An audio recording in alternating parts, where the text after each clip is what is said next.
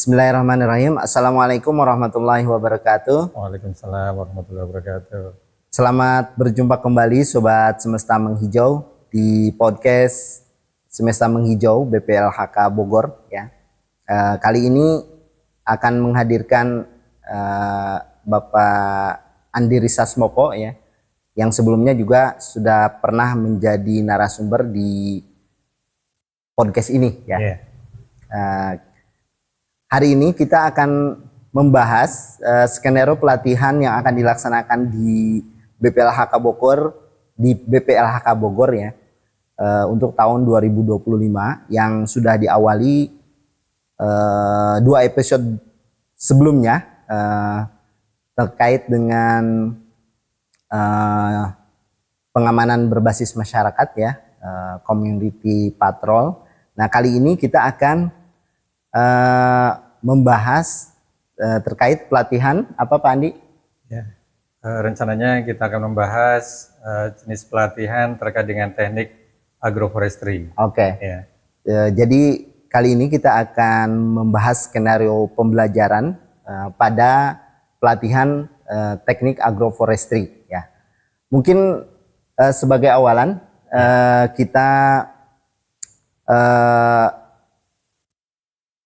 highlight dulu ya, dari mungkin sekilas saja dari kurikulum itu seperti apa untuk teknik agroforestry ini. Silakan. Baik, terima kasih. Sampai jumpa kembali, sahabat Semesta Menghijau. Ya. Pada kesempatan kali ini kita akan membahas mengenai pelatihan yang akan dilaksanakan di BPLHK Bogor di tahun 2025 ini. Salah satunya adalah jenis pelatihan teknik agroforestry ya. Adapun pelatihan ini peruntukannya atau sasarannya nantinya peserta adalah para KTH ya, anggota KTH kelompok masyarakat ya, termasuk kelompok anggota perhutanan sosial ya, yang memang usahanya ya atau sehari-hari itu mengelola lahan ya, bercocok tanam, pertanian ya, yang apa namanya, kita lihat dari polanya adalah pola tumpang sari atau agroforestry gitu ya. Jadi supaya pelatihan ini nanti memang bisa bermanfaat ya untuk para peserta sehingga bisa mengaplikasikan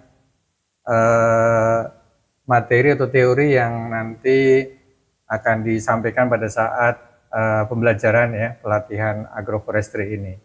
Ya. Adapun dari kurikulumnya ya atau mata pelatihan di pelatihan ini ya, antara lain kita mulai dari konsep atau teori tentang agroforestry ya, mengenai sistem agroforestry, kemudian macam-macam pola agroforestry-nya, termasuk pola tanam ya, sehingga nanti peserta bisa memahami apa yang dimaksud dengan agroforestry ini gitu. Kemudian yang berikutnya adalah setelah peserta memahami apa itu agroforestry, kemudian peserta ini diberikan gambaran apa yang nanti bisa dilakukan di lahan ya, yang selama ini mungkin sudah digarap oleh masyarakat ini ya, itu mulai merencanakan areal yang nantinya akan ditanami ya, atau digunakan dengan pola agroforestry ya. Jadi nanti diajari bagaimana merencanakan ya, menghitung luasan, menghitung kebutuhan bibitnya ya, kemudian pola tanamnya, termasuk misalnya lahannya ada kelerengan ya, harus mengatur terasering-nya atau bangunan KTA-nya ya, konservasi tanah dan air ya. Nah, itu di bagian perencanaan.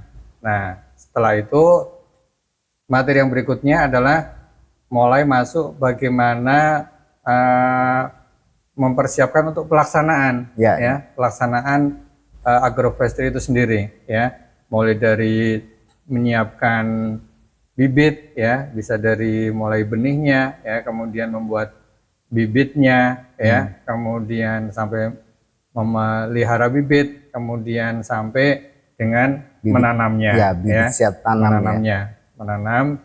Jadi untuk pola agroforestry ini tentunya bibit yang disediakan tidak hanya bibit kehutanan saja, termasuk bibit untuk tanaman pertaniannya, ya, atau tanaman semusim, gitu. Jadi itu di bagian pelaksanaan sampai dengan menanam, kemudian sampai dengan melakukan pemeliharaan, ya, sampai dengan nanti tanaman itu apa namanya bisa dipanen, gitu ya, menghasilkan, gitu. Itu di bagian pelaksanaan. Kemudian di akhir dari pelatihan ini nanti juga peserta bisa melakukan evaluasi terhadap kegiatan agroforestry yang sudah dilakukan, ya, bagaimana tingkat keberhasilannya, ya, kemudian kalau ada kendala, ada hambatan, permasalahan, penyebabnya apa, dan solusinya apa, gitu, dari kegiatan agroforestry yang sudah dilakukan. Nah, itu Pak Holek, jadi gambaran dari pelatihan agroforestry yang akan dilaksanakan di BPLHK Bogor ini. Oke. Jadi kalau disampaikan tadi, ini bagi sobat semesta yang belum pernah mengikuti pelatihan ini, ya. Jadi mudah-mudahan ada peluang untuk mengikutinya, ya. Jadi sasarannya tadi kalau disampaikan Pak Andi tadi itu anggota KTH, anggota KPS, ya, kelompok perhutanan sosial, dan mungkin yang non aparatur, ya, yang non aparatur, ya. Oke. Pak Andi, memang kita kan sebenarnya pelatihan ini bukan yang pertama kali diselenggarakan. Udah beberapa kali dilaksanakan di BPLHK Bogor ini. Dan beberapa kali kita melaksanakannya secara onsite, ya. Ada juga polanya secara blended learning, ya.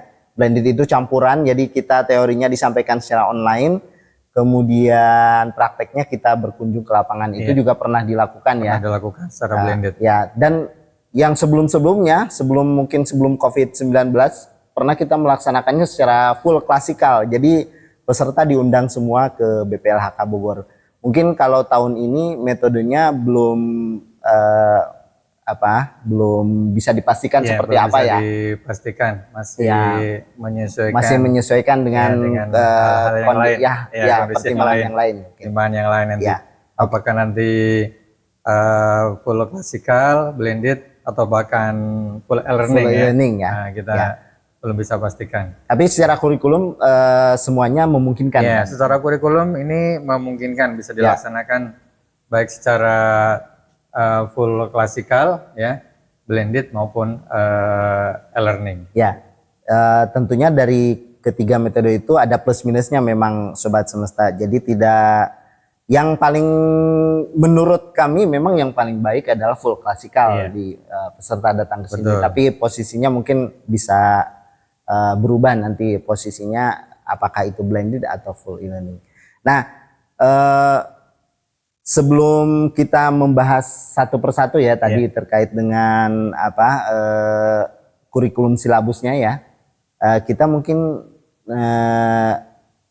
ingin mengetahui dulu sebenarnya sekilas aja agroforestry apa, tujuannya apa, gitu.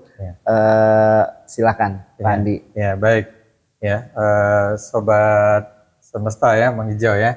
Jadi apa yang dimaksud dengan konsep agroforestry ini adalah sederhananya adalah praktek tanam menanam, ya, mengkombinasikan antara tanaman agro, ya, pertanian, dengan tanaman forest, ya, kehutanan. Jadi kombinasi antara tanaman pertanian dengan tanaman kehutanan ya, baik itu tanaman yang semusim gitu ya, dengan tanaman kayu-kayuan. Ya. Nah, jadi ada kelebihan dari kita menanam secara pola agroforestry ini dibandingkan dengan pola yang misalnya perbandingannya adalah monokultur. Monokultur. Ya. Apa Ya. saja itu Ya, kelebihannya? jadi kelebihan dari agroforestry ini bahwa kita mengenal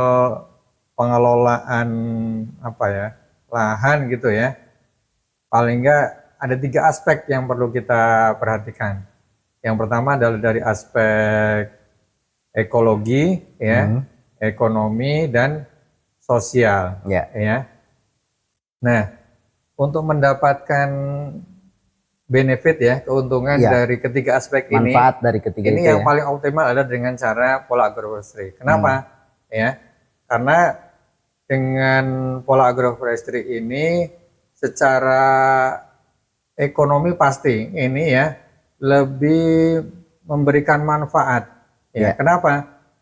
Karena dari strukturnya ya, ini kalau kita lihat namanya struktur ruang, Pola ruang ya. pola ruang, Ya. ya, itu mulai dari yang bawah sampai atas itu optimal termanfaatkan. Ya, terisi semua ya. Terisi semua. Ya. Yang paling tinggi itu adalah tegakan pohon, ya, yang nantinya bisa kita manfaatkan kayunya misalnya, ya, itu dan itu memiliki jangka nilai panjang ya. Ekonomi ya, yang akan diperoleh dalam waktu jangka panjang. Jangka panjang ya. Ya. Kemudian di ruang bawahnya, misalnya MPTS lah. tanaman MPTS, ya, multipurpose tree species ya, misalnya menghasilkan buah-buahan. Buah-buahan ya. misalnya apa, durian lah gitu ya. Ada durian, ya, Alpukat, ada nangka, ya, ada alpokat, ya, dan sebagainya. Nah, itu tadi selain bisa dimanfaatkan apa namanya kayunya, ya, yang utama adalah tadi menghasilkan buah ya, buah. Dan itu musiman ya. Itu musiman. Jangka menengah mungkin ya. Ya, jangka menengah. Ya, dibanding kalau misalnya hanya menanam kayu tadi misalnya monokultur. Jangkanya panjang. Paling cepat mungkin 5 tahun atau 10 tahun atau 10 tahun baru dipanen gitu. Ya, tapi kalau yang buah-buahan mungkin ada yang 3 tahun ya atau 5 tahun sudah menghasilkan buah. Kemudian di struktur yang bawah ya kita bisa menanami tanaman musiman ya, palawija ya. Misalnya kita tanami cabai ya, kita tanami tanaman apa namanya? Penguat teras misalnya serai ya. Bisa, kemudian jahe ya, dan sebagainya. Lengkuas gitu ya. Ya, jangka waktu panennya juga lebih cepat, lebih pendek ya. Mungkin ada yang 3 bulan, 6 bulan sudah panen. Nah, jadi dari aspek ekonominya lebih menguntungkan tadi ya. Jangka panjangnya ada, jangka menengahnya ada, kemudian dari jangka pendeknya juga ada yang dihasilkan ya, itu secara ekonomi. Kemudian secara ekologi ya itu juga lebih bagus daripada kalau areal tersebut ditanam tanaman yang satu jenis saja monokultur ya. Kenapa? Ya karena kalau secara ekologi ya itu bisa mempertahankan kesuburan tanah ya. Di situ ada siklus hara. Beda kalau jenisnya cuma satu, makanannya sama. Yang diserap unsur haranya sama. Tapi kalau jenisnya beragam. Ya, nah itu kebutuhannya beda-beda. Ya, apalagi kalau kita bisa menanam tanaman, misalnya yang bisa meningkatkan kesuburan tanah, misalnya legum ya. Itu bisa memperbaiki kesuburan tanah. Kemudian legum itu kacang-kacangan ya? Ya, kacang-kacangan ya, itu juga bagus untuk secara ekologi ya, secara lingkungan. Ya, kemudian dari apa namanya tadi misalnya kondisi lahan yang miring itu kalau ada tanaman penguatnya ya dari misalnya tanaman rumput-rumputan ya tanaman misalnya sereng gitu ya jahe itu juga akan memperkuat lengkuas ya